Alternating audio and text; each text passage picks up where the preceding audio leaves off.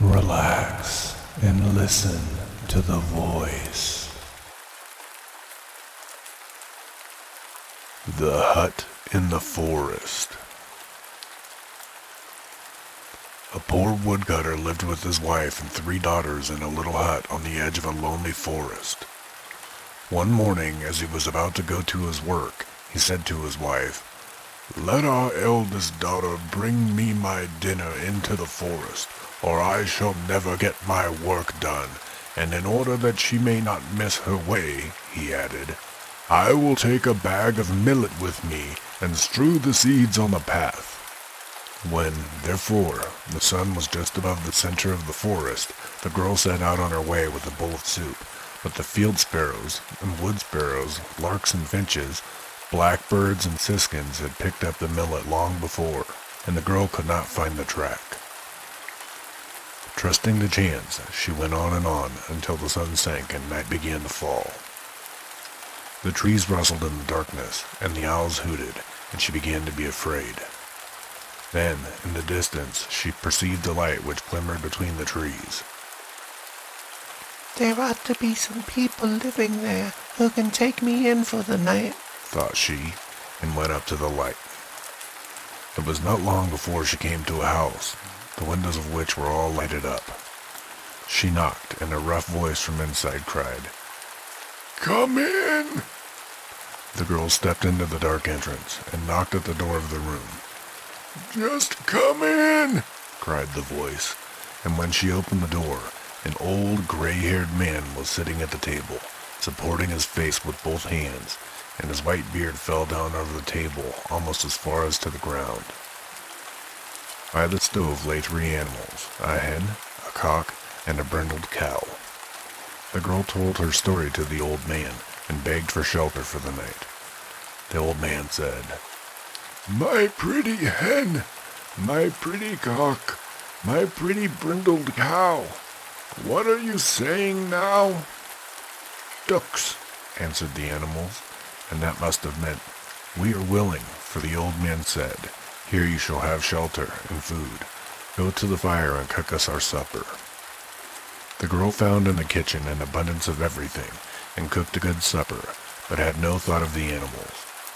She carried the full bowl back to the table, seated herself by the gray-haired man, ate and satisfied her hunger. When she had had enough, she said, "But now I am tired. Where is there a bed in which I can lie down and sleep?" The animals replied, "Thou hast eaten with him, thou hast drunken with him, thou hast had no thought for us, so find out for thyself where thou can pass the night." Then said the old man, "Just go upstairs, and you will find a room with 2 beds. Shake them up, and put white linen on them, and then I too will come and lie down to sleep." The girl went up, and when she had shaken the beds and put clean sheets on, she lay down on one of them without waiting any longer for the old man. After some time the old gray-haired man came, held his candle over the girl and shook his head. When he saw that she had fallen into a sound sleep, he opened a trap-door and let her down into the cellar. Late at night the woodcutter came home and reproached his wife for leaving him to hunger all day. "It is not my fault," she replied. "The girl went out with your dinner and must have lost herself. But surely she will come back tomorrow." The woodcutter, however, arose before dawn to go into the forest, and requested that the second daughter should take him his dinner that day. "I will take a bag with lentils," said he. "The seeds are larger than millet. The girl will see them better, and she cannot lose her way." At dinner time, therefore, the girl took out the food, but the lentils had disappeared. The birds of the forest had picked them up as they had done the day before, and had left none. The girl wandered about in the forest until night, and then she too reached the house of the old man, was told to go in, and begged for food and a bed. The man with the white beard again asked the animals, "My pretty hen, my pretty cock, my pretty brindled cow, what are you saying now?" The animals again replied, "Ducks," and everything happened just as it had happened the day before. The girl cooked a good meal, ate and drank with the old man, and did not concern herself about the animals.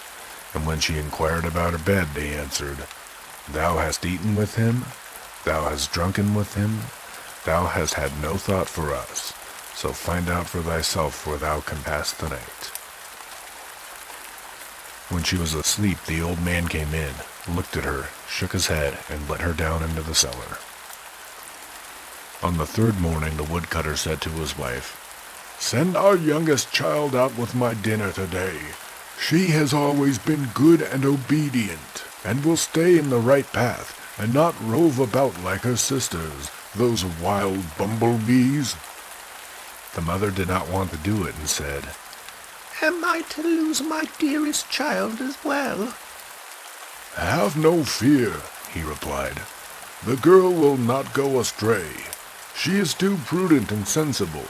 Besides, I will take some peas with me, strew them about. They are still larger than lentils, and will show her the way." But when the girl went out with a basket on her arm, the wood pigeons had already gotten all the peas in their crops, and she did not know which way she was to turn.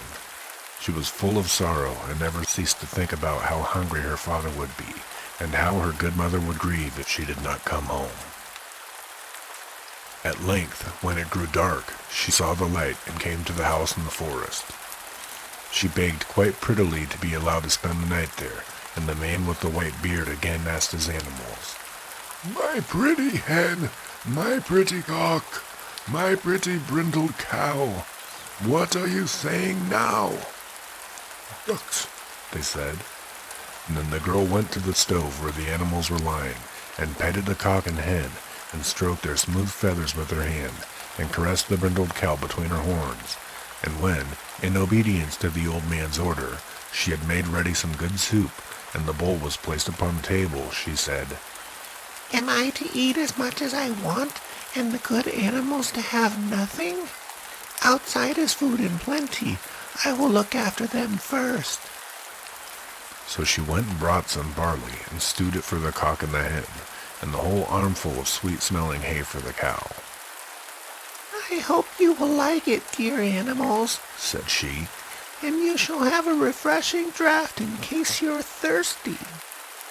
Then she fetched a bucketful of water, and the cock and hen jumped on the edge of it and dipped their beaks in, and then held up their heads as the birds do when they drink. And the brindled cow also took a hearty draught. When the animals were fed, the girl seated herself at the table by the old man, and ate what he had left.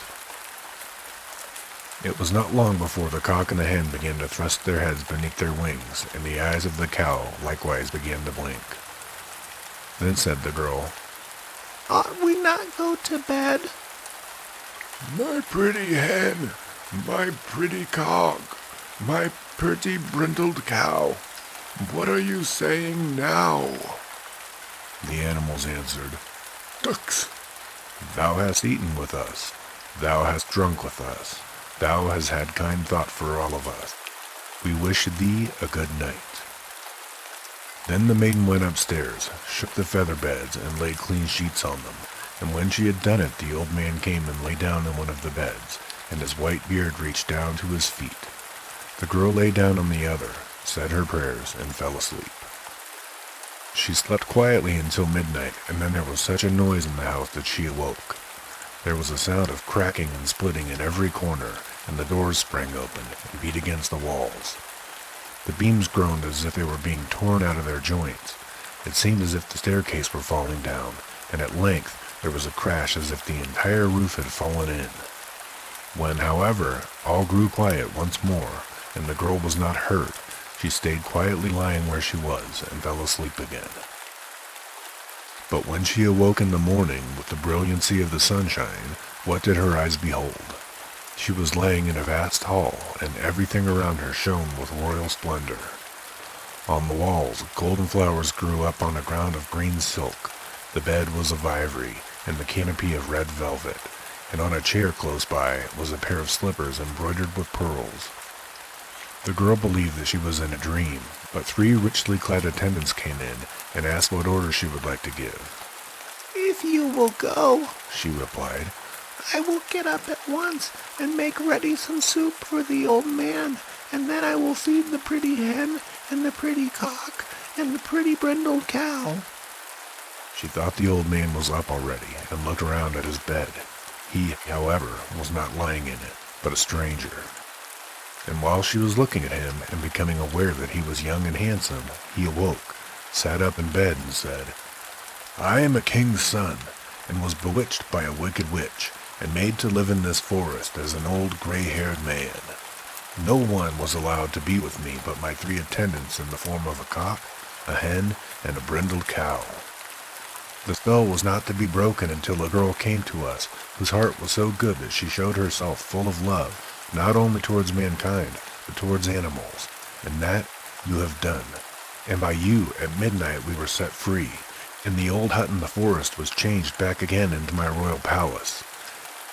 And when they had arisen, the king's son ordered the 3 attendants to set out and fetch the father and the mother of the girl to the marriage feast. "But where are my 2 sisters?" inquired the maiden. "I have locked them in the cellar, and tomorrow they shall be led into the forest, and shall live as servants to the charcoal burner, until they have grown kinder, and do not leave poor animals to suffer hunger."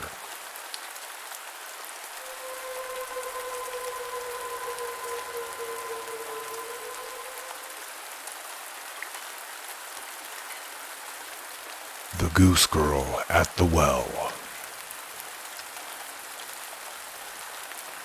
There was once upon a time a very old woman who lived with her flock of geese in a remote clearing in the mountains, and there had a little house.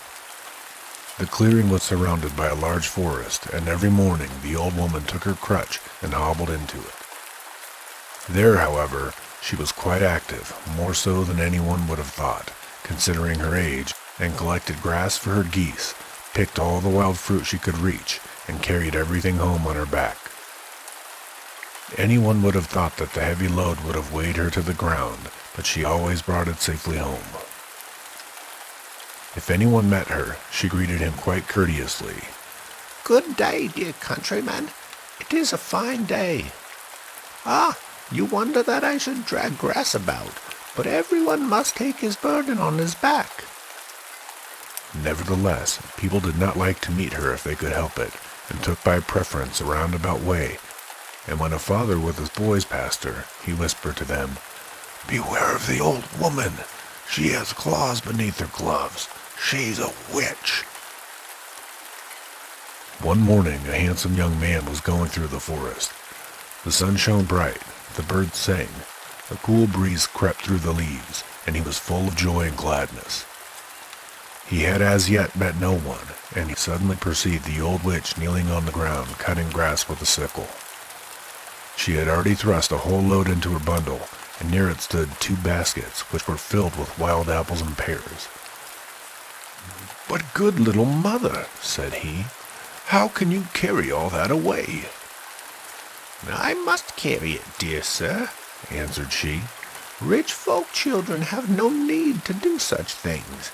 But with the peasant folk the saying goes, 'Don't look behind you, you will only see how crooked your back is.'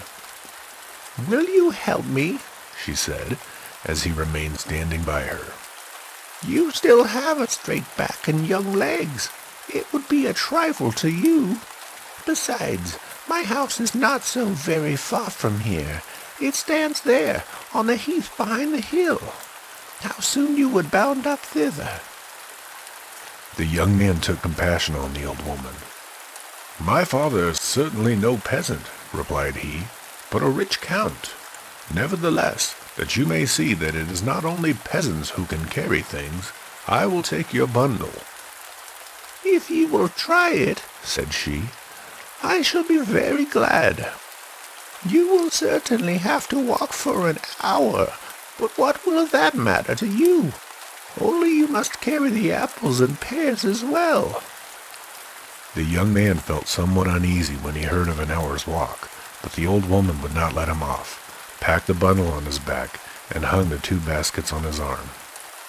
"See, it is quite light," said she. "No, it is not light," answered the count, and pulled a rueful face. Verily, the bundle weighs as heavily as if it were full of cobblestones, and the apples and pears are as heavy as lead. I can scarcely breathe." He had a mind to put everything down again, but the old woman would not allow it. "Just look," said she, mockingly. "The young gentleman will not carry what I, an old woman, have so often dragged along. You are ready with fine words, but when it comes to be earnest, you want to take to your heels. Why are you standing loitering there?" She continued, "Step out. No one will take the bundle off again." As long as he walked on level ground, it was still bearable, but when they came to the hill and had to climb, and the stones rolled down under his feet as if they were alive, it was beyond its strength. Drops of sweat stood on his forehead and ran hot and cold down his back. "Mother," said he, "I can go no further. I want to rest a little." "Not here," answered the old woman. "When we have arrived at our journey's end, you can rest. But now you must go forward. Who knows what good it may do you?" "Old woman, you are becoming shameless," said the Count, and tried to throw off the bundle, but he labored in vain. It stuck as fast to his back as if it grew there. He turned and twisted, but he could not get rid of it. The old woman laughed at this and sprang about, quite delighted on her crutch. "Don't get angry, dear sir," said she. "You are growing as red in the face as a turkey cock. Carry your bundle patiently, and I will give you a good present when we get home." What could he do? He was obliged to submit to his fate and crawl along patiently behind the old woman. She seemed to grow more and more nimble, and his burden still heavier. All at once she made a bound, jumped on to the bundle and seated herself on the top of it. And however withered she might be, she was yet heavier than the stoutest country lass. The youth's knees trembled, but when he did not go on, the old woman hit him about the legs with a switch and with stinging nettles. Groaning continually, he climbed the mountain and at length reached the old woman's house when he was just about to drop. When the geese perceived the old woman, they flapped their wings, stretched out their necks, ran to meet her, cackling all the while. Behind the flock walked, stick in hand, an old wench, strong and big, but as ugly as night. "Good mother," said she to the old woman, "has anything happened to you? You have stayed away so long." "By no means, my dear daughter," answered she. "I have met with nothing bad, but on the contrary, with this kind gentleman who has carried my burden for me. Only think, he even took me on his back when I was tired. The way, too, has not seemed long to us. We have been merry and have been cracking jokes with each other all of the time." At last the old woman slid down, took the bundle off the young man's back and the baskets from his arms, looked at him quite kindly and said, "Now seat yourself on the bench before the door and rest. You have fairly earned your wages, and they shall not be wanting." Then she said to the goose girl, "Go into the house, my dear daughter. It is not becoming for you to be alone with this young gentleman. One must not pour oil onto the fire. He might fall in love with you." The Count knew not whether to laugh or cry. Such a sweetheart as that, thought he, could not touch my heart, even if she were 30 years younger. In the meantime, the old woman stroked and fondled her geese as if they were her children, and then went into the house with her daughter. The youth lay down on the bench under a wild apple tree. The air was warm and mild. On all sides stretched a green meadow, which was set with cowslips, wild thyme, and 1,000 other flowers. Through the midst of it rippled a clear brook on which the sun sparkled, and the white geese went walking backwards and forwards, or paddled in the water. "It is quite delightful here," said he, "but I am so tired that I cannot keep my eyes open. I will sleep a little. If only a gust of wind does not come and blow my legs off of my body, for they are as rotten as tinder." When he had slept a little while, the old woman came and shook him till he woke. "Sit up," said she. "You cannot stay here. I have certainly treated you ill enough. Still, it has not cost you your life. Of money and land you have no need. Here is something else for you." Thereupon she thrust a little box into his hand, which was cut out of a single emerald. "Take great care of it," said she. "It will bring you a good fortune." The Count sprang up, and as he felt that he was quite fresh and had recovered his vigor, he thanked the old woman for her present, and set off without even once looking back at the beautiful daughter. When he was already some way off, he still heard in the distance the noisy cry of the geese. For 3 days the Count had to wander in the wilderness before he could find his way out. He then reached a large town, and as no one knew him, he was led into the royal palace, where the king and queen were sitting on their throne. The Count fell on one knee, drew the emerald box out of his pocket, and laid it at the queen's feet. She bade him to rise and hand her the little box. Hardly, however, had she opened it and looked therein, than she fell as if dead to the ground. The Count was seized by the king's servants and was being led to prison, when the queen opened her eyes and ordered them to release him, and everyone was to go out, as she wished to speak with him in private. When the queen was alone, she began to weep bitterly and said, "Of what use to me are the splendors and honors with which I am surrounded? Every morning I awake in the pain and sorrow. I had 3 daughters, the youngest of whom was so beautiful that the whole world looked on her as a wonder. She was as white as snow, as rosy as apple blossoms, and her hair as radiant as sunbeams. When she cried, not tears fell from her eyes, but pearls and jewels only." When the youngest was 15 years old, the king summoned all 3 sisters to come before his throne. You should have seen how all the people gazed when the youngest entered. It was just as if the sun were rising. Then the king spoke. "My daughters, I know not when my last day may arrive. I will today decide what each shall receive at my death. You all love me, but the one of you who loves me best shall fare the best." Each of them said that she loved him best.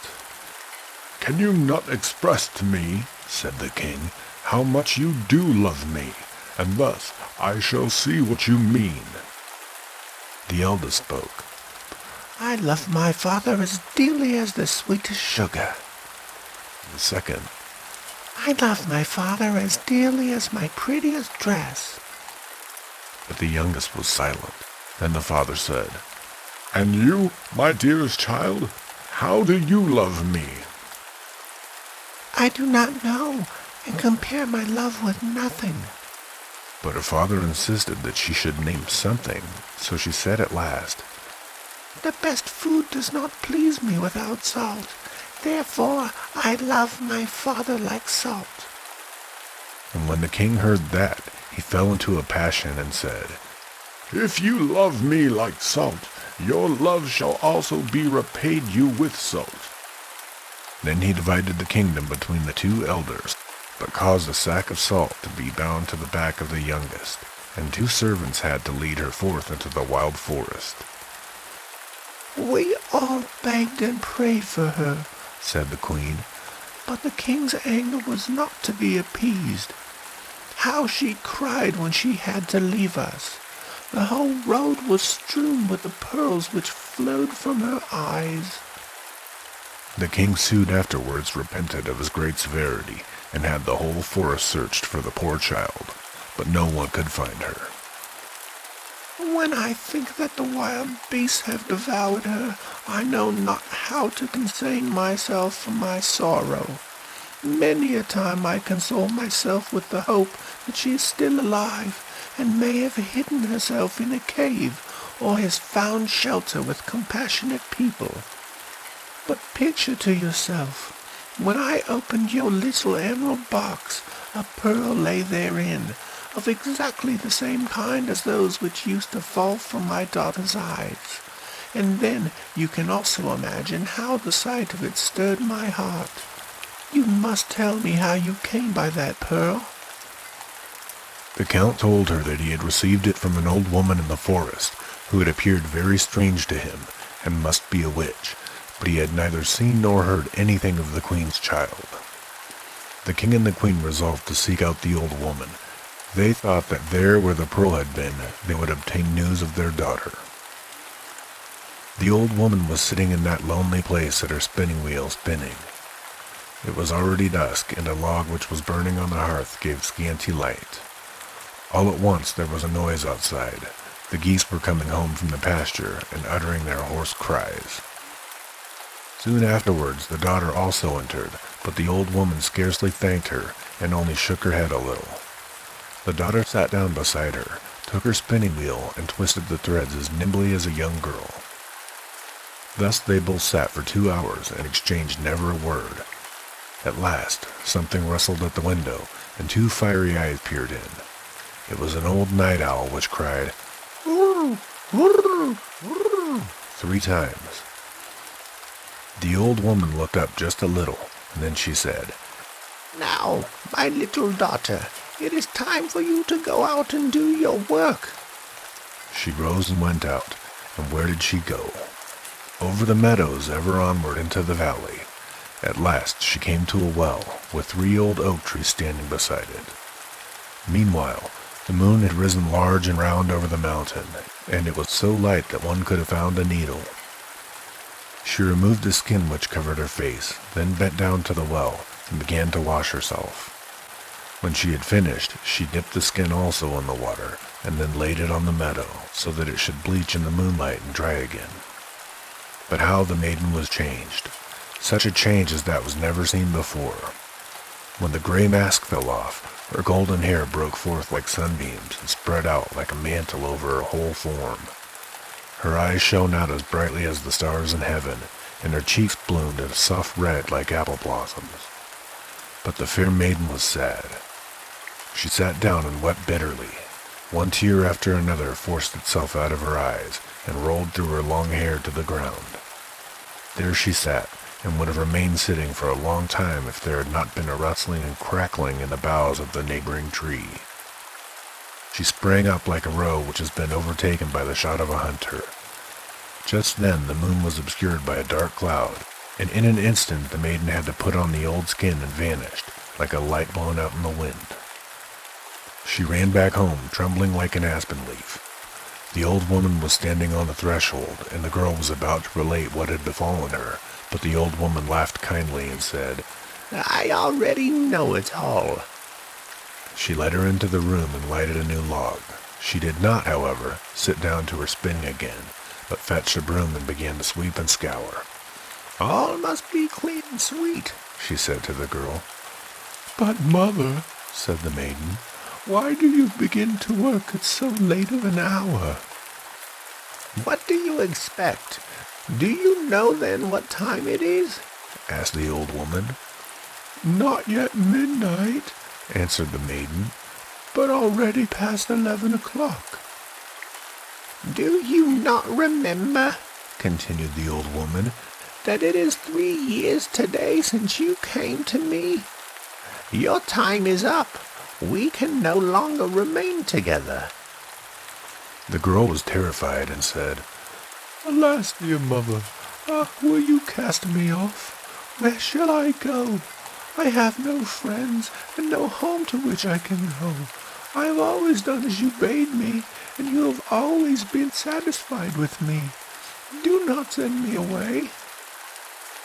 The old woman would not tell the maiden what lay before her. "My stay here is over," she said to her, "but when I depart, my house and parlor must be clean. Therefore do not hinder me in my work. Have no care for yourself. You should find a roof to shelter you, and the wages I will give you shall also content you." "But tell me what is about to happen," the maiden continued to entreat. "I tell you again, do not hinder me in my work. Do not say a word more. Go to your chamber, Take the skin off your face and put on the silken gown which you had when you came to me, and then wait in your chamber until I call you." But I must once more tell of the king and queen who had journeyed forth with the count in order to seek out the old woman in the wilderness.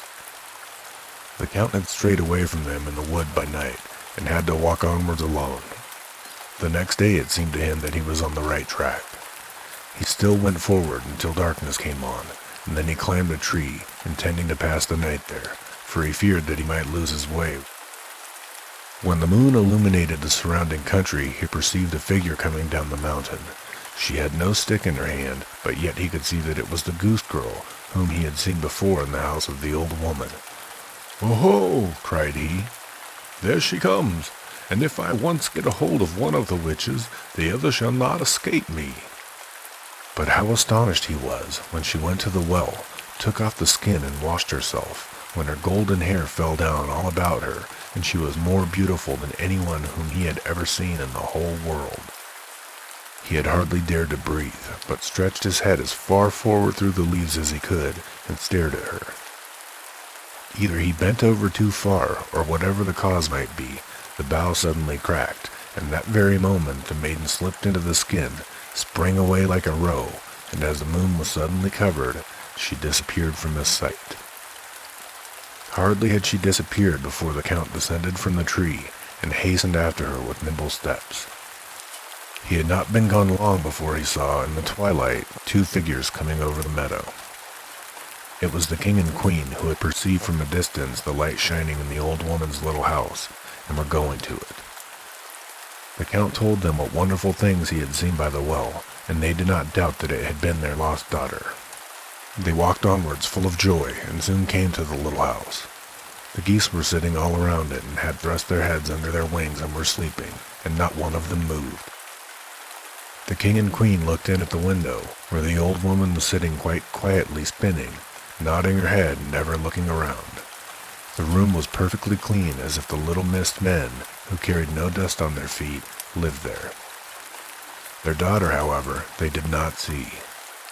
They gazed at all this for a long time, until at last they took heart and knocked softly at the window. The old woman appeared to have been expecting them. She rose and called out quite kindly to come in. "I know you already," the old woman said. "You might have spared yourself the long walk if you had not 3 years ago unjustly driven away your child, who is so good and lovable. No harm has come to her. For 3 years she has had to tend the geese. With them she has learned no evil, but has preserved for her purity of heart. You, however, have been sufficiently punished by the misery in which you have lived." Then she went to the chamber and called, "Come out, my little daughter." Thereupon the door opened, and the princess stepped out in her silken garments, with her golden hair and her shining eyes, and it was as if an angel from heaven had entered. She went up to her father and mother, fell on their necks and kissed them. There was no help for it. They all had to weep for joy. The young count stood near them, and when she perceived him, she became as red in the face as a moss rose. She herself did not know why. The king said, "My dear child, I have given away my kingdom. What shall I give you?" "She needs nothing," said the old woman. "I give her the tears that she has wept on your account. They are precious pearls, finer than those that are found in the sea, and worth more than your whole kingdom. And I give her my little house as payment for her services." When the old woman had said that, she disappeared from their sight. The walls rattled a little, and when the king and queen looked around, the little house had changed into a splendid palace. A royal table had been spread, and the servants were running hither and thither. The story goes still further, but my grandmother, who related it to me, had partially lost her memory, and had forgotten the rest. I shall always believe that the beautiful princess married the count, and that they remained together in the palace, and lived there in all happiness so long as God willed it. Whether the snow-white geese which were kept near the little hut were verily young maidens No one need take offense, whom the old woman who had taken under her protection, and whether they now received their human form again and stayed as handmaids to the young queen, I do not exactly know, but I suspect it. This much is certain, that the old woman was no witch, as people thought, but a wise woman who meant well. Very likely it was she who at the princess's birth gave her the gift of weeping pearls instead of tears. That does not happen nowadays, or else the poor would soon become rich.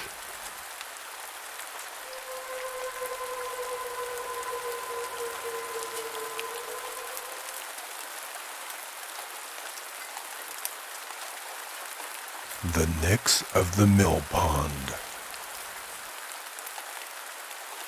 There was once upon a time a miller who lived with his wife in great contentment.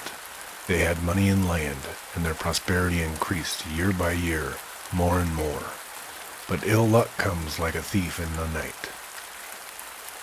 As their wealth had increased, so did it again decrease, year by year, and at last the miller could hardly call the mill in which he lived his own.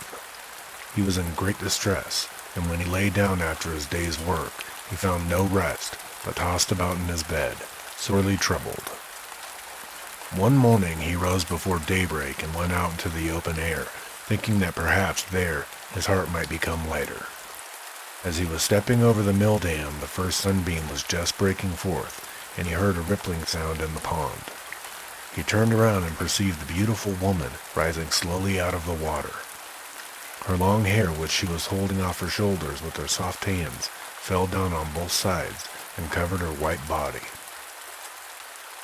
He soon saw that she was the Nixie of the old mill pond, and in his fright he did not know whether he should run away or stay where he was. But the Nixie made her sweet voice heard, called him by his name, and asked him why he was so sad. The miller was at first struck dumb, but when he heard her speak so kindly, he took heart, and he told her how he had formerly lived in wealth and happiness, but that now he was so poor that he did not know what to do. "Be easy," answered the Nixie. "I will make you richer and happier than you have ever been before. Only you must promise to give me the young thing which has just been born in your house." What else can that be, thought the miller, but a puppy or a kitten? And he promised her what she desired. The Nixie descended into the water again, and he hurried back to his mill, consoled and in good spirits. He had not yet reached it when the maidservant came out of the house and cried to him to rejoice, for his wife had given birth to a little boy. The miller stood as if he was struck by lightning. He saw very well that the cunning Nixie had been aware of it, and had cheated him. Hanging his head, he went up to his wife's bedside, and when she said, "Why do you not rejoice over the fine boy?" he told her what had befallen him, and what kind of promise he had given to the Nixie. "Of what use to me are riches and prosperity," he added, "if I am to lose my child? But what can I do?" Even the relatives who had come thither to wish them joy did not know what to say. In the meantime, prosperity again returned to the miller's house. All that he undertook succeeded. It was as if presses and coffers filled themselves of their own accord, and as if money multiplied nightly in the cupboards. It was not long before his wealth was greater than it had ever been before, but he could not rejoice over it, untroubled. For the bargain which he had made with the Nixie tormented his soul. Whenever he passed the mill pond, he feared she might ascend and remind him of his debt. He never let the boy himself go near the water. "Beware," he said to him. "If you do but touch the water, a hand will rise, seize you, and draw you down." But as year after year went by, and the Nixie did not show herself again, the miller began to feel at ease. The boy grew up to be a youth and was apprenticed to be a huntsman. When he had learnt everything, and he had become an excellent huntsman, the lord of the village took him into his service. In the village lived a beautiful and true-hearted maiden, who had pleased the huntsman, and when his master perceived that, he gave him a little house, and the two were married, lived peacefully and happily, and loved each other with all of their hearts. One day the huntsman was chasing a roe, and when the animal turned aside from the forest into the open country, he pursued it and at last shot it. He did not notice that he was now in the neighborhood of the dangerous mill pond, and went, after he had disemboweled the roe, to the water in order to wash his blood-stained hands. Scarcely, however, had he dipped them in than the nixie ascended, smilingly wound her dripping arms around him, and drew him quickly down under the waves which closed over him. When it was the evening, and the huntsman did not return home, his wife became alarmed. She went out to seek him, and as he had often told her that he had to be on his guard against the snares of the nixie, and dared not venture into the neighborhood of the mill pond, she had already suspected what had happened. She hastened to the water, and when she found his hunting pouch lying on the shore, she could no longer have any doubt of the misfortune. Lamenting her sorrow and wringing her hands, she called on her beloved by name, but in vain. She hurried across to the other side of the pond and called him anew. She reviled the nixie with harsh words, but no answer greeted her. The surface of the water remained calm, only the crescent moon stared steadily back at her. The poor woman did not leave the pond.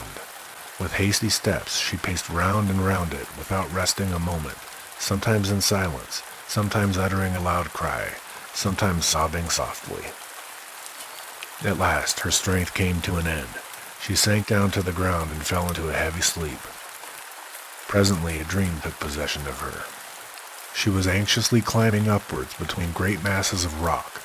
Thorns and briars caught her feet, the rain beat in her face, and the wind tossed her long hair about. When she had reached the summit, quite a different sight presented itself to her. The sky was blue, the air soft, the ground sloped gently downwards, and on a green meadow, gay with flowers of every color, stood a pretty cottage. She went up to it and opened the door. There sat an old woman with white hair who beckoned to her kindly. At that very moment the poor woman awoke. Day had already dawned, and she at once resolved to act in accordance with her dream. She laboriously climbed the mountain. Everything was exactly as she had seen it in the night. The old woman received her kindly and pointed out a chair in which she might sit. "You must have met with misfortune," she said, "since you have sought out my lonely cottage." With tears, the woman related what had befallen her. "Be comforted," said the old woman. "I will help you. Here is a golden comb for you. Tarry till the full moon has risen, then go to the mill pond, seat yourself on the shore, and comb your long black hair with this comb. When you have done, lay it down on the bank, and you will see what will happen." The woman returned home, but the time till the full moon came and passed slowly. When at last the shining disk appeared in the heavens, she went out to the mill pond, sat down and combed her long black hair with the golden comb, and when she had finished, she laid it down at the water's edge. It was not long before there was a movement in the depths. A wave rose, rolled to the shore, and bore the comb away with it. In not more than the time necessary for the comb to sink to the bottom, the surface of the water parted, and the head of the huntsman arose. He did not speak, but looked at his wife with sorrowful glances. At the same instant, a second wave came rushing up, and covered the man's head. All had vanished. The mill pond lay peaceful as before, and nothing but the face of the full moon shone on it. Full of sorrow, the woman went back, but again the dream showed her the cottage of the old woman. Next morning she again set out and complained of her woes to the wise woman. The old woman gave her a golden flute and said, "Tarry till the full moon comes again, then take this flute, play a beautiful air on it, and when you have finished, lay it on the sand. Then you will see what will happen." The wife did as the old woman told her. No sooner was the flute lying on the sand than there was a stirring in the depths, and a wave rushed up and bore the flute away with it. Immediately afterwards the water parted, and not only the head of the man, but half of his body also arose. He stretched out his arms longingly towards her, but a second wave came up, covered him, and drew him down again. "Alas, what does it help me," said the unhappy woman, "that I should see my beloved only to lose him again?" Despair filled her heart anew, but the dream led her a third time to the house of the old woman. She set out, and the wise woman gave her a golden spinning wheel, consoled her, and said, "All is not yet fulfilled. Tarry until the time of the full moon, then take the spinning wheel, seat yourself on the shore, and spin the spool full.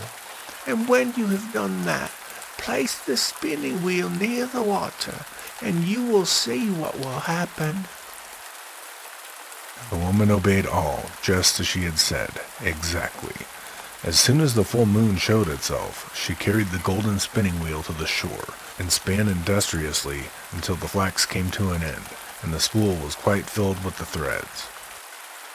No sooner was the wheel standing on the shore than there was a more violent movement than before in the depths of the pond, and a mighty wave rushed up and bore the wheel away with it. Immediately, the head and the whole body of the man rose into the air in a waterspout. He quickly sprang to the shore, caught his wife by the hand, and fled. But they had scarcely gone a very little distance when the whole pond rose with a frightful roar and streamed out over the open country. The fugitives already saw death before their eyes when the woman in her terror implored the help of the old woman, and in an instant they were transformed, she into a toad and he into a frog. The flood which had overtaken them could not destroy them, but it tore them apart and carried them far away. When the water had dispersed and they had both touched dry land again, they regained their human form, but neither knew where the other was. They found themselves among strange people who did not know their native land. High mountains and deep valleys lay between them. In order to keep themselves alive, they were both obliged to tend sheep. For many long years they drove their flocks through field and forest and were full of sorrow and longing. When spring had once more broken forth on the earth, they both went out one day with their flocks, and as chance would have it, they drew near each other. They met in a valley, but did not recognize each other, yet they rejoiced that they were no longer so lonely. Henceforth they each day drove their flocks to the same place. They did not speak much, but they felt comforted. One evening, when the full moon was shining in the sky, and the sheep were already at rest, the shepherd pulled the flute out of his pocket, and played on it a beautiful but sorrowful air. When he had finished, he saw that the shepherdess was weeping bitterly. "Why are you weeping?" he asked. "Alas," answered she, "thus shone the full moon when I played this air on the flute for the last time, and the head of my beloved rose out of the water."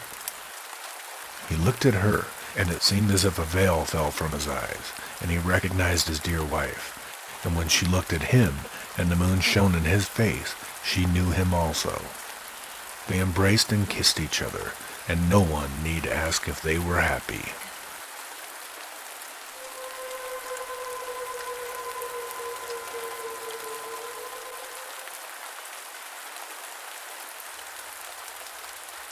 The Poor Boy in the Grave.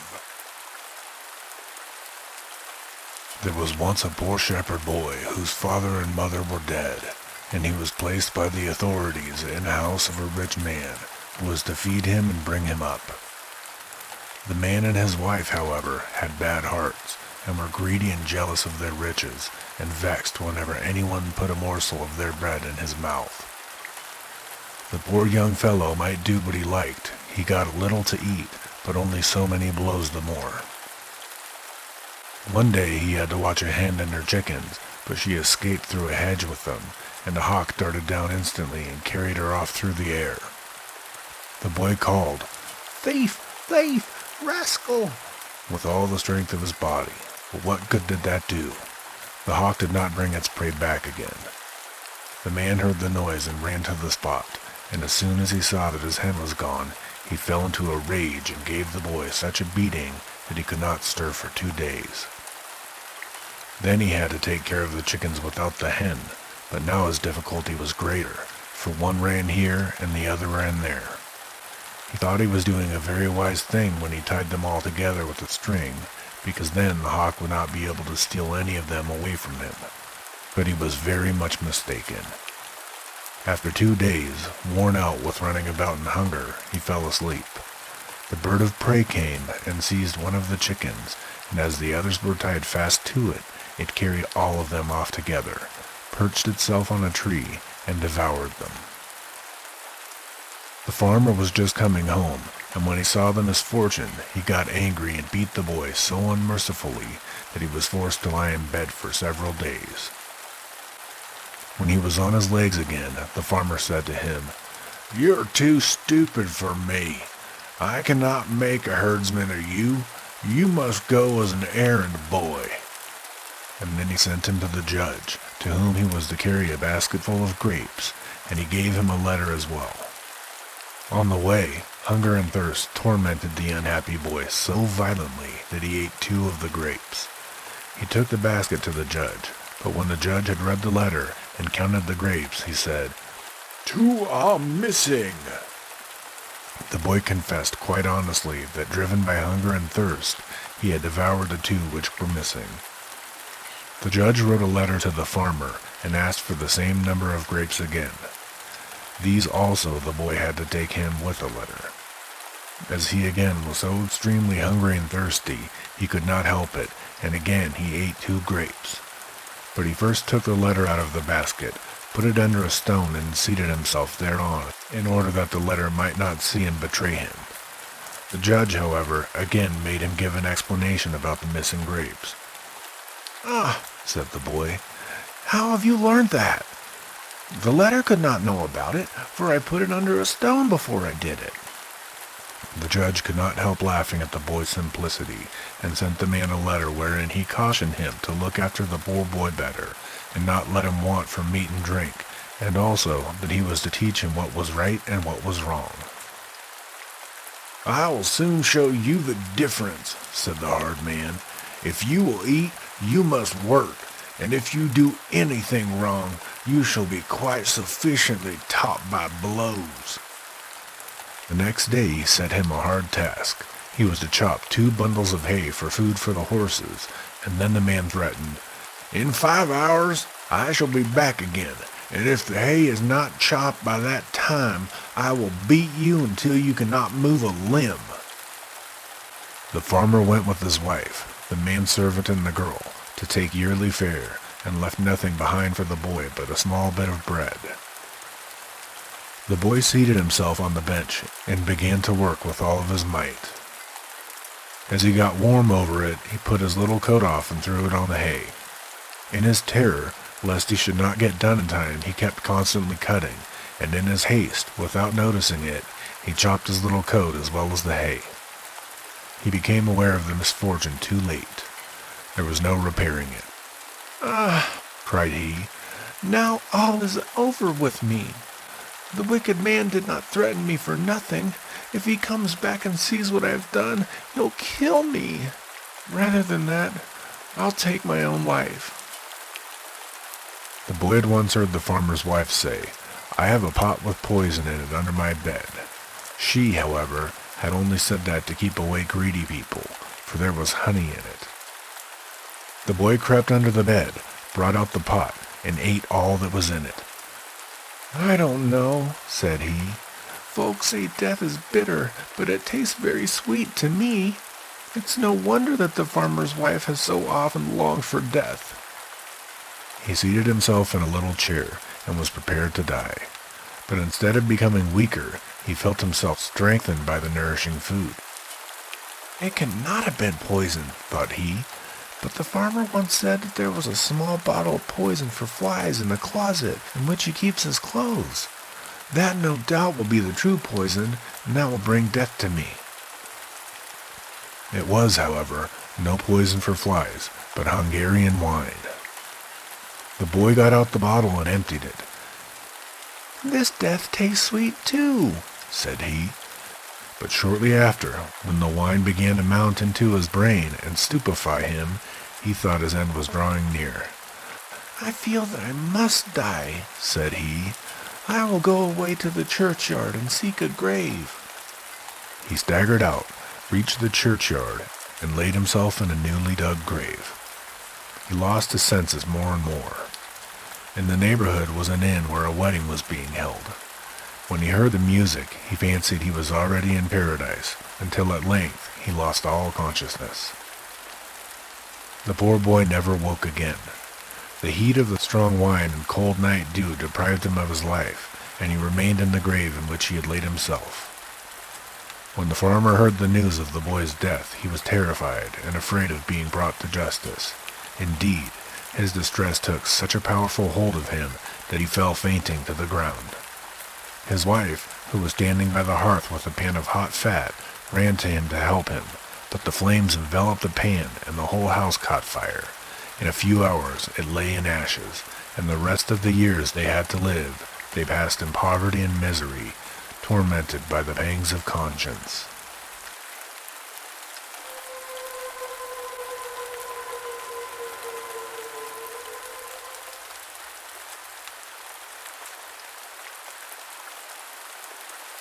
The True Sweetheart.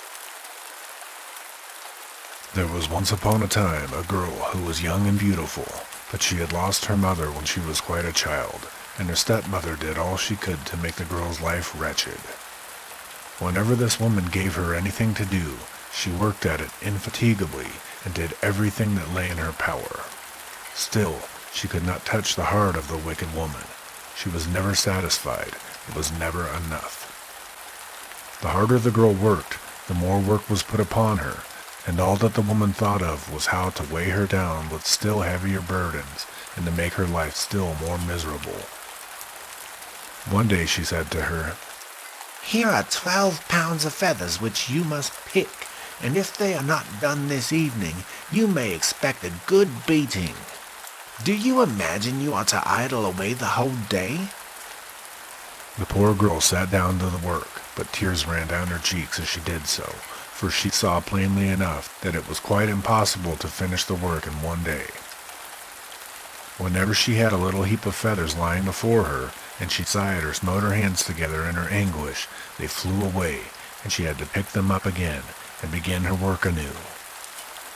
Then she put her elbows on the table, laid her face in her 2 hands, and cried, "Is there no one then, God, on earth to have pity on me?" Then she heard a low voice which said, "Be comforted, my child.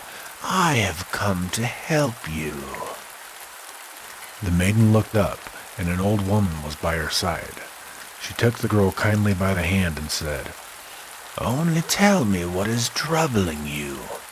As she spoke so kindly, the girl told her of her miserable life, and how one burden after another was laid upon her, and she never could get to the end of her work which was given to her.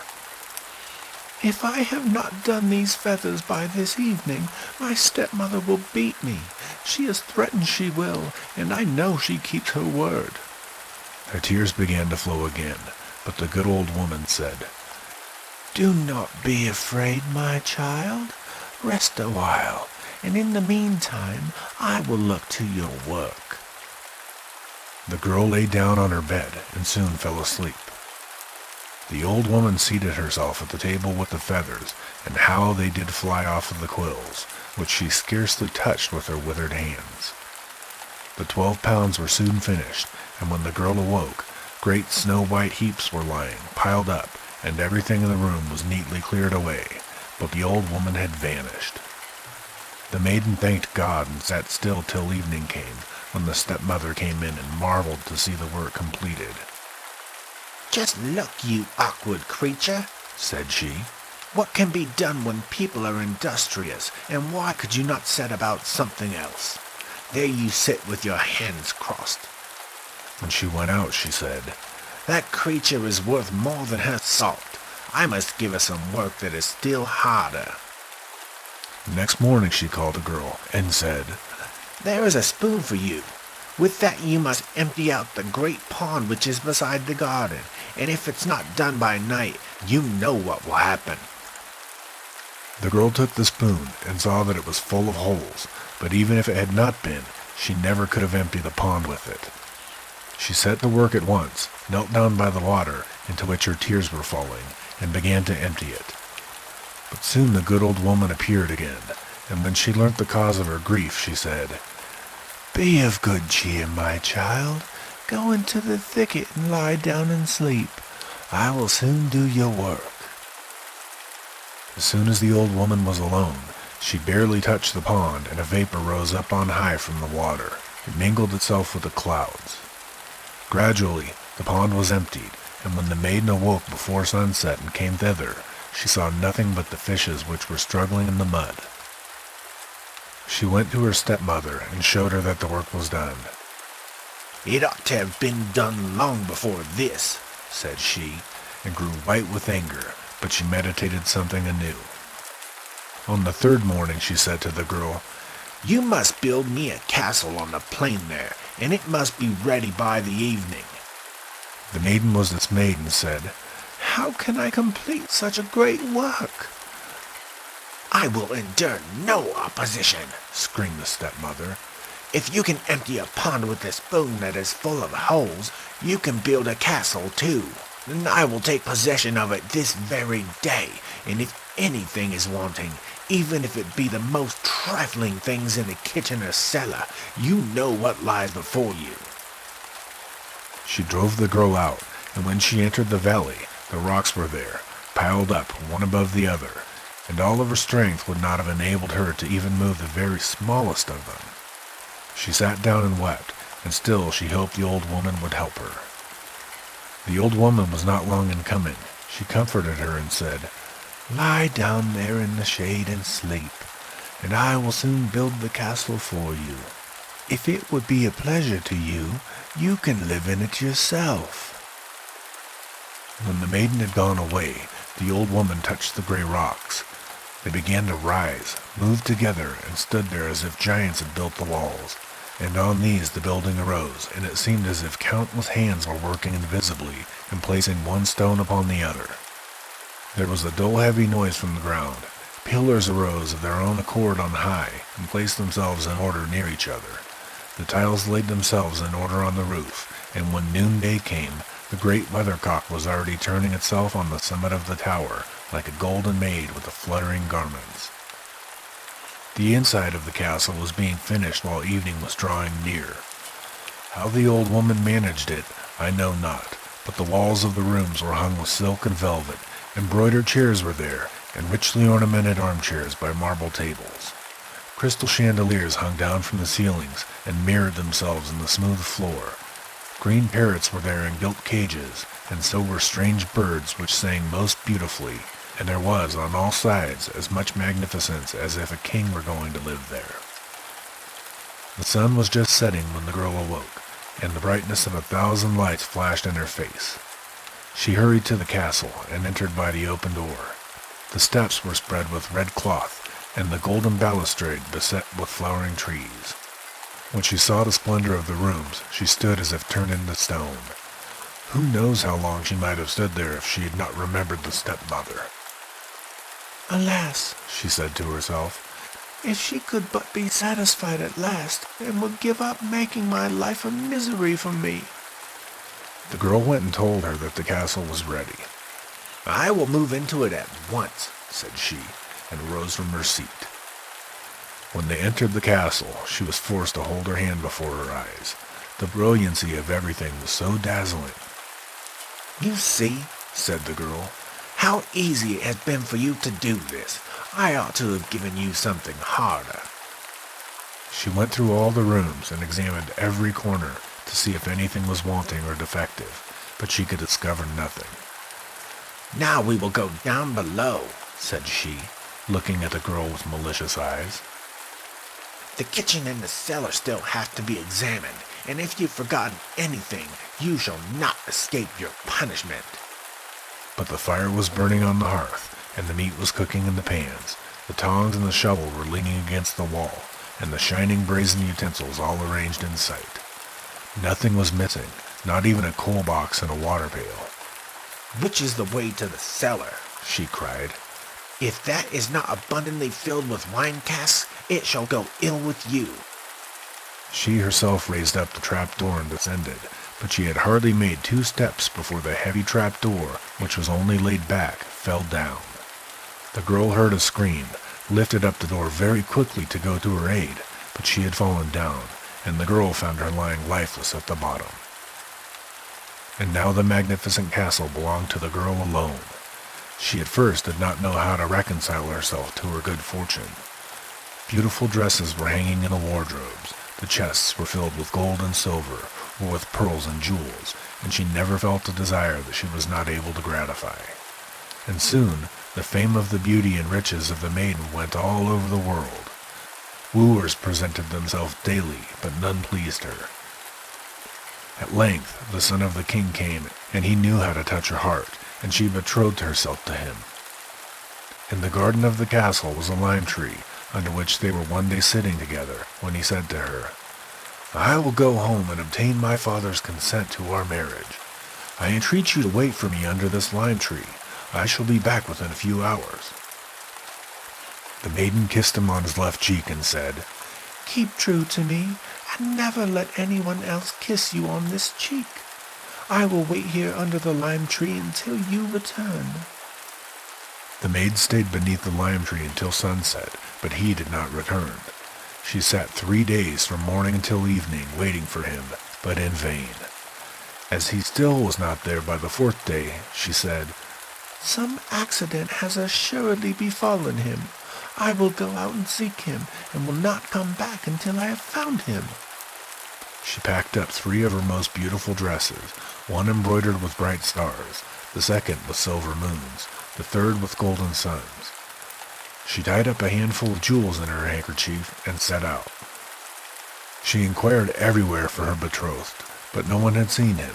No one knew anything about him. Far and wide did she wander through the world, but she found him not. At last, she hired herself to a farmer as a cowherd, and buried her dresses and jewels beneath a stone. And now she lived as a herdswoman, guarded her herd, and was very sad and full of longing for her beloved.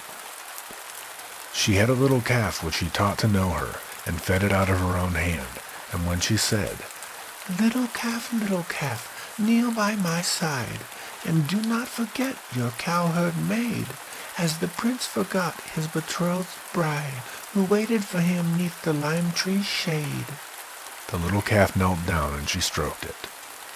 And when she had lived for a couple of years alone and full of grief, a report was spread all over the land that the king's daughter was about to celebrate her marriage. The road to the town passed through the village where the maiden was living, and it came to pass that once the maiden was driving out her herd, the bridegroom traveled by. He was sitting proudly on his horse and never looked around, but when she saw him, she recognized her beloved, and it was just as if a sharp knife had pierced her heart. "Alas," said she, "I believed him true to me, but he has forgotten me." The next day he again came along the road. When he was near her, she said to the little calf, little calf, kneel by my side, and do not forget your cowherd maid, as the prince forgot his betrothed bride, who waited for him 'neath the lime tree's shade."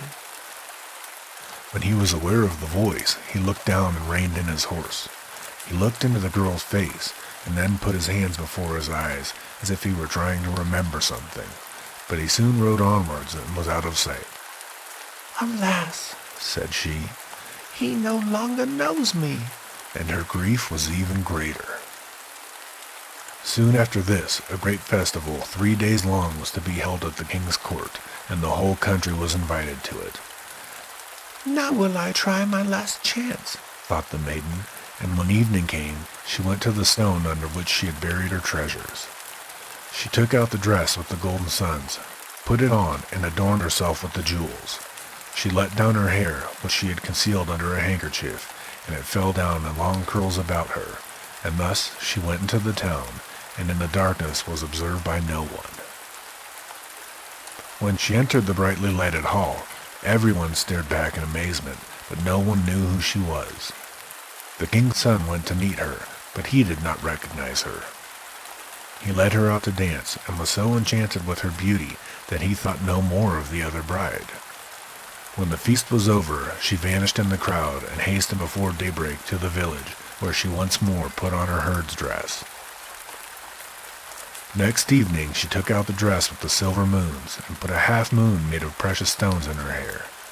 When she appeared at the festival, all eyes were turned upon her, but the king's son hastened to meet her, and filled with love for her, danced with her alone, and no longer so much as glanced at anyone else. Before she went away, she was forced to promise him to come again to the festival on the last evening. When she appeared for the third time, she wore the star dress which sparkled at every step she took, and her hair ribbon and girdle were starred with jewels. The prince had already been waiting for her for a long time, and forced his way up to her. "Do but tell who you are," said he.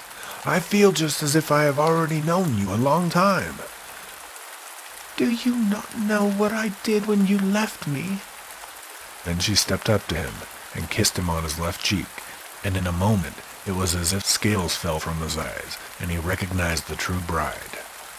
"Come," said he to her, "here I stay no longer," gave her his hand, and led her down to the carriage. The horses hurried away to the magic castle as if the wind had been harnessed to the carriage. The illuminated windows already shone in the distance. When they drove past the lime tree, countless glowworms were swarming about it. It shook its branches and sent forth their fragrance.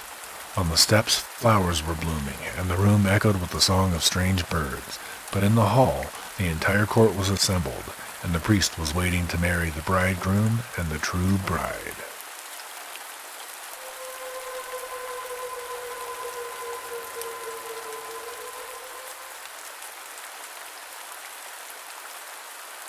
The Spindle, the Shuttle, and the Needle. There was once a girl whose father and mother died while she was still a little child. All alone in a small house at the end of the village dwelt her godmother, who supported herself by spinning, weaving, and sewing. The old woman took the forlorn child to live with her, kept her to her work, and educated her in all that is good. When the girl was 15 years old, the old woman became ill, called the child to her bedside, and said, "Dear daughter, I feel my end drawing near. I leave you the little house, which will protect you from wind and weather, and my spindle, shuttle, and needle, with which you can earn your bread." Then she laid her hands on the girl's head, blessed her, and said, "Only preserve the love of God in your heart, and all will go well with you." Thereupon she closed her eyes, and when she was laid in the earth, the maiden followed the coffin, weeping bitterly, and paid her the last mark of respect. And now the maiden lived quite alone in the little house, and was industrious and spun, wove and sewed, and the blessing of the good old woman was on all that she did. It seemed as if the flax in the room increased of its own accord, and whenever she wove a piece of cloth or carpet, or had made a shirt, she at once found a buyer who paid her amply for it, so that she was in want of nothing, and even had something to share with others. About this time, the son of the king was traveling about the country looking for a bride. He was not to choose a poor one, and did not want to have a rich one, so he said, "She shall be my wife who is the poorest, and at the same time the richest." When he came to the village where the maiden dwelt, he inquired, as he did wherever he went, who was the richest and also the poorest girl in the place. They first named the richest. The poorest, they said, was the girl who lived in the small house quite at the end of the village. The rich girl was sitting in all of her splendor before the door of her house, and when the prince approached her, she got up, went to meet him, and made him a low curtsy. He looked at her, said nothing, and rode on. When he came to the house of the poor girl, she was not standing at the door, but sitting in her little room. He stopped his horse, and saw through the window, on which the bright sun was shining, the girl sitting at her spinning wheel, busily spinning. She looked up, and when she saw that the prince was looking in, she blushed all over her face, let her eyes fall, and went on spinning. I do not know whether, just at that moment, the thread was quite even, but she went on spinning until the king's son had ridden away again. Then she went to the window, opened it, and said, "It is so warm in this room. and she looked after him as long as she could distinguish the white feathers in his hat. Then she sat down to work again in her room, and went on with her spinning, and a saying which the old woman had often repeated when she was sitting at her work came into her mind, and she sang these words to herself. Spindle, my spindle, haste, haste thee away, and here to my house bring the wooer, I pray. And what do you think happened? The spindle sprang out of her hand in an instant, and out the door, and when, in her astonishment, she got up and looked after it, she saw that it was dancing out merrily into the open country, and drawing a shining gold thread after it. Before long, it had entirely vanished from her sight. As she had now no spindle, the girl took the weaver's shuttle in her hand, sat down to her loom, and began to weave. The spindle, however, danced continuously onwards, and just as the thread came to an end, it reached the prince. "What do I see?" he cried. "The spindle certainly wants to show me the way." He turned his horse about and rode back with the golden thread. The girl, however, was sitting at her work singing, "Shuttle, my shuttle, weave well this day, and guide the wooer to me, I pray." Immediately the shuttle sprang out of her hand and out by the door.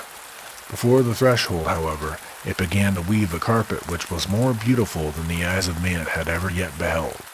Lilies and roses blossomed on both sides of it, and on the golden ground in the center green branches ascended under which bounded hares and rabbits, stags and deer stretched their heads in between them. Brightly colored birds were sitting in the branches above. They lacked nothing but the gift of song. The shuttle leapt hither and thither, and everything seemed to grow of its own accord. As the shuttle had run away, the girl sat down to sew. She held the needle in her hand and sang, "Needle, my needle, sharp-pointed and fine, prepare for the wooer this house of mine." Then the needle leapt out of her fingers and flew everywhere about the room as quick as lightning. It was just as if invisible spirits were working. It covered tables and benches with green cloth in an instant, and the chairs with velvet, and hung the windows with silken curtains. Hardly had the needle put in the last stitch than the maiden saw through the window the white feathers of the prince, whom the spindle had brought thither by the golden thread. He alighted, stepped over the carpet into the house, and when he entered the room, there stood the maiden in her poor garments, but she shone out from within them like a rose surrounded by leaves. "You are the poorest and also the richest," said he to her. "Come with me, you shall be my bride." She did not speak, but she gave him her hand. Then he gave her a kiss, led her forth, lifted her onto his horse, and took her to the royal castle, where the wedding was solemnized with great rejoicings. The spindle, the shuttle, and needle were preserved in the treasure chamber, and held in great honor.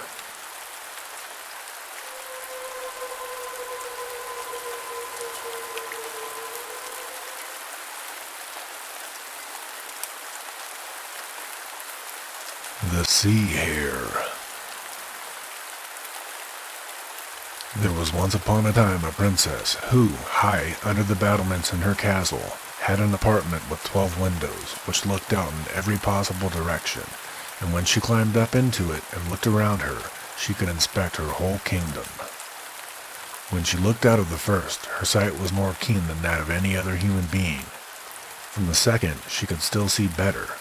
From the third, more distinctly still, and so it went on, until the 12th, from which she saw everything above the earth and under the earth, and nothing at all could be kept secret from her. Moreover, as she was haughty, and would be subject to no one, but wished to keep the dominion all for herself alone, she caused it to be proclaimed that no one should ever be her husband who could not conceal himself from her so effectively that it should be quite impossible for her to find him. He who tried this, however, and was discovered by her, was to have his head struck off and stuck on a post. 97 posts with the heads of men were already standing before the castle, and no one had come forward for a long time.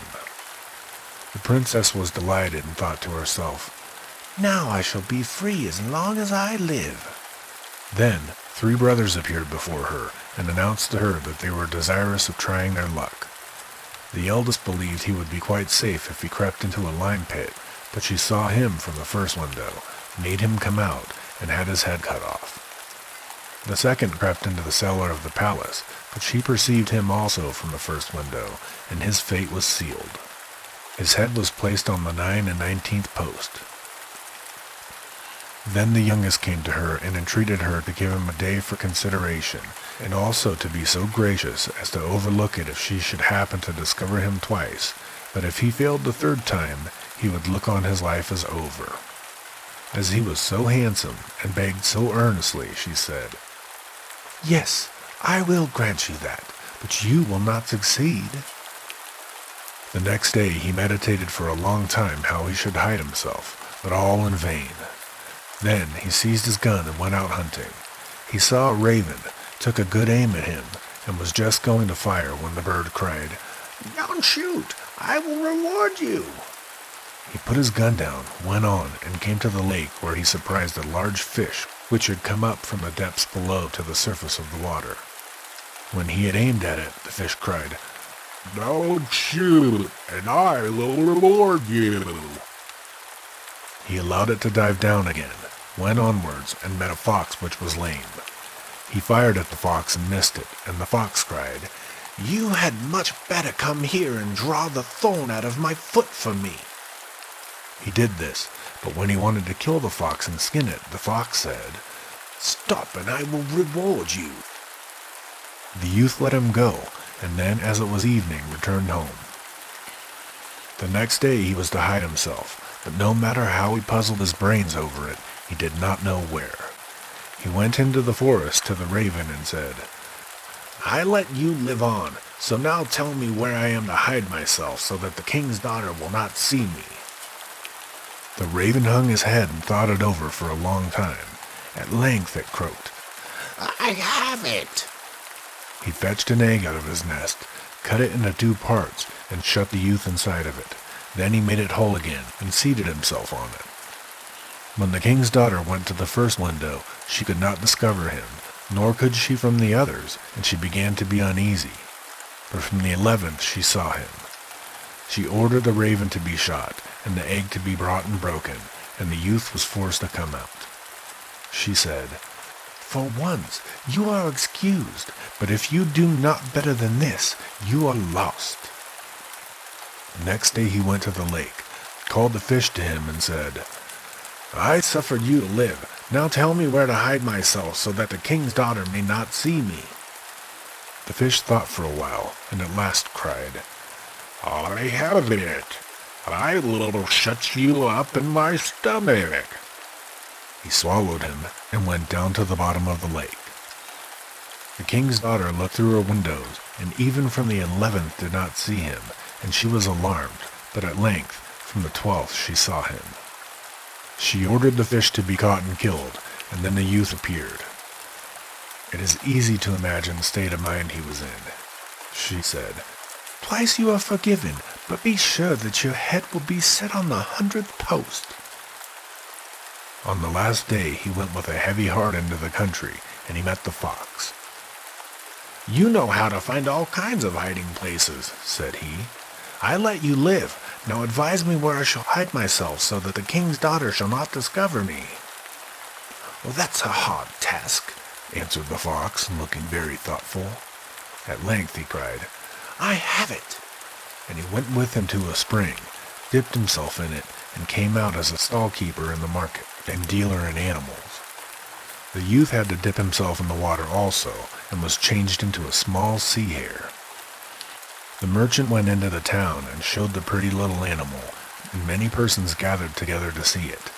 At length the king's daughter came likewise, and as she liked it very much, she bought it and gave the merchant a good deal of money for it. Before he gave it over to her, he said to it, "When the king's daughter goes to the window, creep quickly under the braids of her hair." And now the time arrived when she was to search for him. She went to one window after another in turn, from the first to the 11th, and she did not see him. When she did not see him from the 12th either, she was full of anxiety and anger, and shut it down with such violence that the glass in every window shivered into 1,000 pieces, and the whole castle shook. She went back and felt the sea-hare beneath the braids of her hair. Then she seized it and threw it on the ground, exclaiming, "Away with you! Get out of my sight!" It ran to the merchant, and both of them hurried to the spring, wherein they plunged, and received back their true forms. The youth thanked the fox, and said, "The raven and the fish are idiots compared with you. You know the right tune to play. There's no denying that." The youth then went straight to the palace. The princess was already expecting him, and abandoned herself to her fate. The wedding was solemnized, and now he was king, and lord of all the kingdom. He never told her where he had concealed himself for the third time, and who had helped him, so she believed that he had done everything by his own skill, and she had a great respect for him, for she thought to herself, "He is able to do more than I."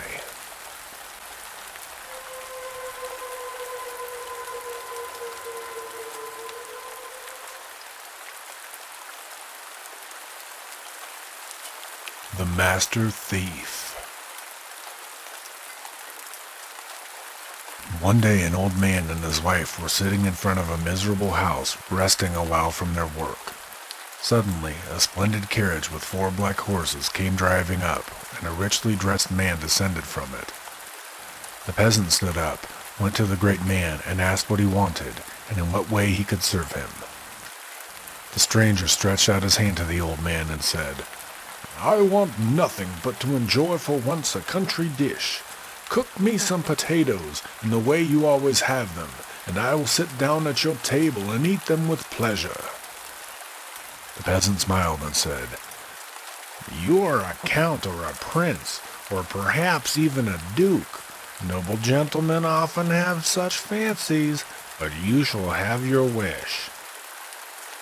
The wife then went into the kitchen and began to wash and rub the potatoes, and to make them into balls, as they are eaten by the country folks. While she was busy with this work, the peasant said to the stranger, "Come into my garden with me for a while. I have still something to do there." He had dug some holes in the garden, and now he wanted to plant trees in them. "Have you no children," asked the stranger, "who could help you with your work?" "No," answered the peasant. "I had a son, it is true, but it is long since he went out into the world. He was a ne'er-do-well, clever and knowing, but he could learn nothing and was full of bad tricks. At last, he ran away from me, and since then I've heard nothing of him." The old man took a young tree, put it in a hole, drove in a post beside it, and when he had shoveled in some earth and had trampled it firmly down, he tied the stem of the tree above, below, and in the middle, fast to the post by a rope of straw. "But tell me," said the stranger, "why you don't tie that crooked knotted tree which is lying in the corner there, bent almost down to the ground, to a pot also, that it may grow straight, as well as these?" The old man smiled and said, "Sir, you speak according to your knowledge. It is easy to see that you're not familiar with gardening. That tree there is old and misshapen. No one can make it straight now. Trees must be trained while they're young." "That is how it was with your son," said the stranger. "If you had trained him while he was still young, he would not have run away. Now he too must have grown hard and misshapen." "Truly, it is a long time since he went away," replied the old man. "He must have changed." "Would you know him again if he were to come to you?" asked the stranger.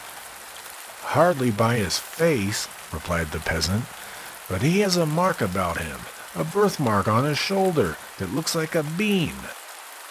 When he had said that, the stranger pulled off his coat, bared his shoulder, and showed the peasant the bean. "Good God!" cried the old man, "you are really my son!" and love for his child stirred in his heart. "But," he asked, "how can you be my son? You've become a great lord and live in wealth and luxury. How have you contrived to do that?" "Ah, father," answered the son, "the young tree was bound to no post and has grown crooked. Now it is too old. It will never be straight again. How have I come by all this? I have become a thief. But do not be alarmed, I am a master thief. For me, there are neither locks nor bolts. Whatsoever I desire is mine. Do not imagine that I steal like a common thief. I only take some of the superfluidity of the rich. Poor people are safe. I would rather give to them than to take anything from them. It is the same with anything which I can have without trouble, cunning, and dexterity. I never touch it." "Alas, my son," said the father, "it still does not please me. A thief is still a thief. I tell you, it'll end badly." He took him to his mother, and when she heard that it was her son, she wept for joy. But when he told her that he had become a master thief, 2 streams flowed down over her face. At length she said, "Even if he has become a thief, he's still my son, and my eyes have beheld him once more." They sat down to the table, and once again he ate with his parents the wretched food which he had not eaten for so long. The father said, "If our lord, the count up there in the castle, learns who you are and what trade you follow, he will not take you in his arms and cradle you in them as he did when he held you at the font, but will cause you to swing from a halter." "Be easy, father. He will do me no harm, for I understand my trade. I will go to him myself this very day." When evening drew near, the master thief seated himself in his carriage and drove to the castle. The count received him civilly, for he took him for a distinguished man. When, however, the stranger made himself known, the count turned pale and was quite silent for some time. At length he said, "You are my godson, and on that account mercy shall take the place of justice, and I will deal leniently with you. Since you pride yourself on being a master thief, I will put your art to the proof, but if you do not stand the test, you must marry the rope-maker's daughter, and the croaking of the raven must be your music on the occasion." "Lord Count," answered the master thief, "think of 3 things, as difficult as you like, and if I do not perform your tasks, do with me what you will." The count reflected for some minutes, and then said, "Well then, in the first place, you shall steal the horse I keep for my own riding out of the stable.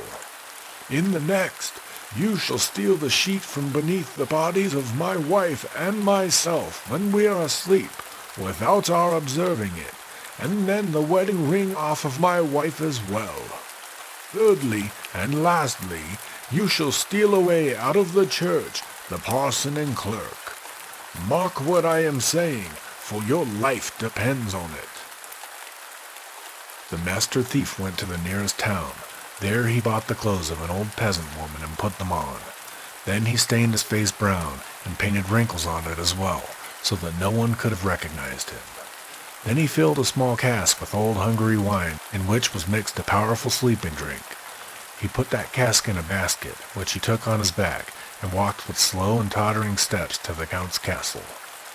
It was already dark when he arrived. He sat down on a stone in the courtyard and began to cough, like an asthmatic old woman, and to rub his hands as if he were cold. In front of the door of the stable, some soldiers were lying around a fire. One of them observed the woman and called out to her, "Come nearer, old mother, and warm yourself beside us. After all, you have no bed for the night, and must take one where you can find it." The old woman tottered up to them, begged them to lift the basket from her back, and sat down beside them at the fire. "What have you got in your little cask, old hag?" asked one. "A good mouthful of wine," she answered. "I live by trade. For money and fair words I am quite ready to let you have a glass." "Let us have it here then," said the soldier, and when he had tasted one glass, he said, "When wine is good, I like another glass." And he had another poured out for himself, and the rest followed his example. "Hallo, comrades!" cried one of them to those who were in the stable. Here is an old girl who has wine that is as old as herself. Take a draught. It will warm your stomachs far better than our fire." The old woman carried her cask into the stable. One of the soldiers had seated himself on the saddled riding horse. Another held its bridle in his hand. A third had laid hold of its tail. She poured out as much as they wanted until the spring ran dry. It was not long before the bridle fell from the hand of the one, and he fell down and began to snore. The other left hold of the tail, lay down and snored still louder. The one who was sitting in the saddle did remain sitting, but bent his head down almost to the horse's neck, and slept and blew out of his mouth like the bellows of a forge. The soldiers outside had already been asleep for a long time, and were lying on the ground motionless, as if dead. When the master thief saw that he had succeeded, he gave the first rope in his hand instead of the bridle, and the other, who had been holding the tail, a wisp of straw. But what was he to do with the one who was sitting on the horse's back? He did not want to throw him down, for he might have awakened and have uttered a cry. He had a good idea. He unbuckled the girths of the saddle, tied a couple of ropes which were hanging up to a ring on the wall fast to the saddle, and drew the sleeping rider up into the air on it. Then he twisted the rope around the posts and made it fast. He soon unloosed the horse from the chain, but if he had ridden over the stony pavement of the yard, he would have heard the noise in the castle. So he wrapped the horse's hooves in old rags, let him carefully out, leapt upon him, and galloped off. When day broke, the master galloped to the castle on the stolen horse. The count had just gotten up and was looking out of the window. "Good morning, Sir Count," he cried to him. "Here is the horse which I have gotten safely out of the stable. Just look how beautifully your soldiers are lying there sleeping, and if you will but go into the stable, you will see how comfortable your watchers have made it for themselves." The count could not help but laughing. Then he said, "For once you have succeeded, but things won't go so well the second time, and I warn you that if you come before me as a thief, I will handle you as I would a thief." When the countess went to bed that night, she closed her hand with the wedding ring tightly together, and the count said, "All the doors are locked and bolted. I will keep awake and wait for the thief, but if he gets in by the window, I will shoot him." The master thief, however, went in the dark to the gallows, cut a poor sinner who was hanging there down from the halter, and carried him on his back to the castle. Then he set a ladder up to the bedroom, put the dead body on his shoulders, and began to climb up. When he had gotten so high that the head of the dead man showed up at the window, the count, who was watching in his bed, fired a pistol at him, and immediately the master let the poor sinner fall down, descended the ladder, and he hid himself in a corner. The night was sufficiently lighted by the moon for the master to see distinctly how the count got out of the window onto the ladder, came down, carried the dead body into the garden, and began to dig a hole in which to lay it. "Now," thought the thief, "the favorable moment has come." He stole nimbly out of his corner and climbed up the ladder straight into the countess's bedroom. "Dear wife," he began in the count's voice, "the thief is dead, but after all, he is my godson, and has been more of a scapegrace than a villain. I will not put him to open shame. Besides, I am sorry for the parents. I will bury him myself before daybreak in the garden, that the thing may not be known. So give me the sheet. I will wrap up the body in it, and not bury him like a dog." The countess gave him the sheet. "I'll tell you what," continued the thief. "I have a fit of magnanimity. Give me the ring too. The unhappy man risked his life for it, so he may take it with him into his grave." She would not gainsay the count, and although she did it unwillingly, she drew the ring from her finger and gave it to him. The thief made off with both of these things, and reached home safely before the count in the garden had finished his work of burying. What a long face the count did pull when the master came next morning and brought him the sheet and the ring. "Are you a wizard?" said he. Who has fetched you out of the grave in which I myself laid you, and brought you to life again? You did not bury me, said the thief, but the poor sinner on the gallows. And he told him exactly how everything had happened, and the Count was forced to own him that he was a clever, crafty thief. But you have not reached the end yet, he added. You have still to perform the third task, and if you do not succeed in that, all is of no use. The master smiled and returned no answer. When night had fallen, he went with a long sack on his back, a bundle under his arms, and a lantern in his hand to the village church. In the sack he had some crabs, and in the bundle short wax candles. He sat down in the churchyard, took out a crab, and stuck a wax candle on his back. Then he lighted the little light, put the crab on the ground, and let it creep about. He took a second out of the sack and treated it in the same way, and so on until the last one was out of the sack. Hereupon he put on a long black garment that looked like a monk's cowl, and stuck a gray beard on his chin. When at last he was quite unrecognizable, he took the sack in which the crabs had been, went into the church, and ascended the pulpit. The clock in the tower was just striking 12, and when the last stroke had sounded, he cried with a loud and piercing voice, Hearken, sinful men, and the end of all things has come. The last day is at hand. Hearken, hearken. Whosoever wishes to go to heaven with me must creep into this sack. I am Peter, who opens and shuts the gates of heaven. Behold how the dead outside there in the churchyard are wandering about, collecting their bones. Come and creep into the sack. The world is about to be destroyed. The cry echoed through the whole village. The parson and the clerk who lived nearest to the church heard it first, and when they saw the lights which were moving about the churchyard, they observed that something unusual was going on, and went into the church. They listened to the sermon for a while, and then the clerk nudged the parson and said, It would not be amiss if we were to use the opportunity together, and before the dawning of the last day, find an easy way of getting to heaven.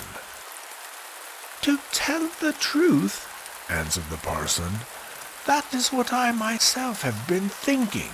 So, if you are inclined, we will set out on our way. The clerk answered yes, but exclaimed that the pastor had the precedence and that he would follow him. So the parson went first and ascended the pulpit where the master opened his sack. The parson crept in first and then the clerk. The master immediately tied up the sack tightly, seized it by the middle, and dragged it down the pulpit steps, and whenever the heads of the two fools bumped against the steps, he cried, We are going over the mountains. Then he drew them through the village in the same way, and when they were passing through puddles, he cried, Now we are going through wet clouds. And when at last he was dragging them up the steps of the castle, he cried, Now we are on the steps of heaven, and will soon be in the outer court.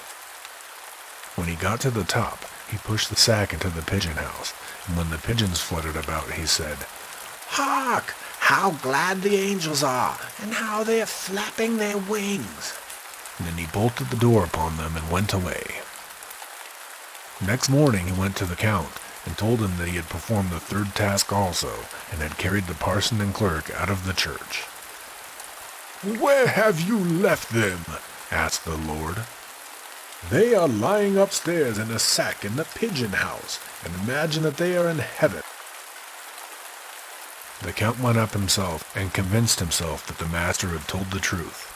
When he had delivered the parson and clerk from their captivity, he said, You are an arch thief, and have won your wager. For once you escaped with a whole skin, but see that you leave my land, for if you ever set foot on it again, you may count on your elevation to the gallows.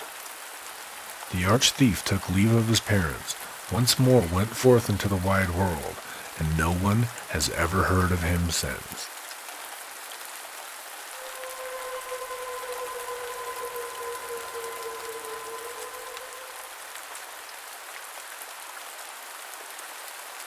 The Ear of Corn. In former times, when God himself still walked the earth, the fruitfulness of the soil was much greater than it is now. Then the ears of corn did not bear 50 or 60, but 400 or 500-fold. Then the corn grew from the bottoms to the very top of the stalk, and according to the length of the stalk was the length of the ear. Men, however, are so made that when they are too well off, they no longer value the blessings which come from God, but grow indifferent and careless. One day a woman was passing by a cornfield when her little child, who was running beside her, fell into a puddle and dirtied her frock. On this, the mother tore up a handful of the beautiful ears of corn and cleaned the frock with them. When the Lord, who just then came by, saw that, he was angry and said, Henceforth shall the stalks of corn bear no more ears. Men are no longer worthy of heavenly gifts. The bystanders who heard this were terrified and fell on their knees and prayed that he would still leave something on the stalks, even if the people were undeserving of it, for the sake of the innocent chickens which would otherwise have to starve. The Lord, who foresaw their suffering, had pity on them and granted the request, so the ears were left as they now grow.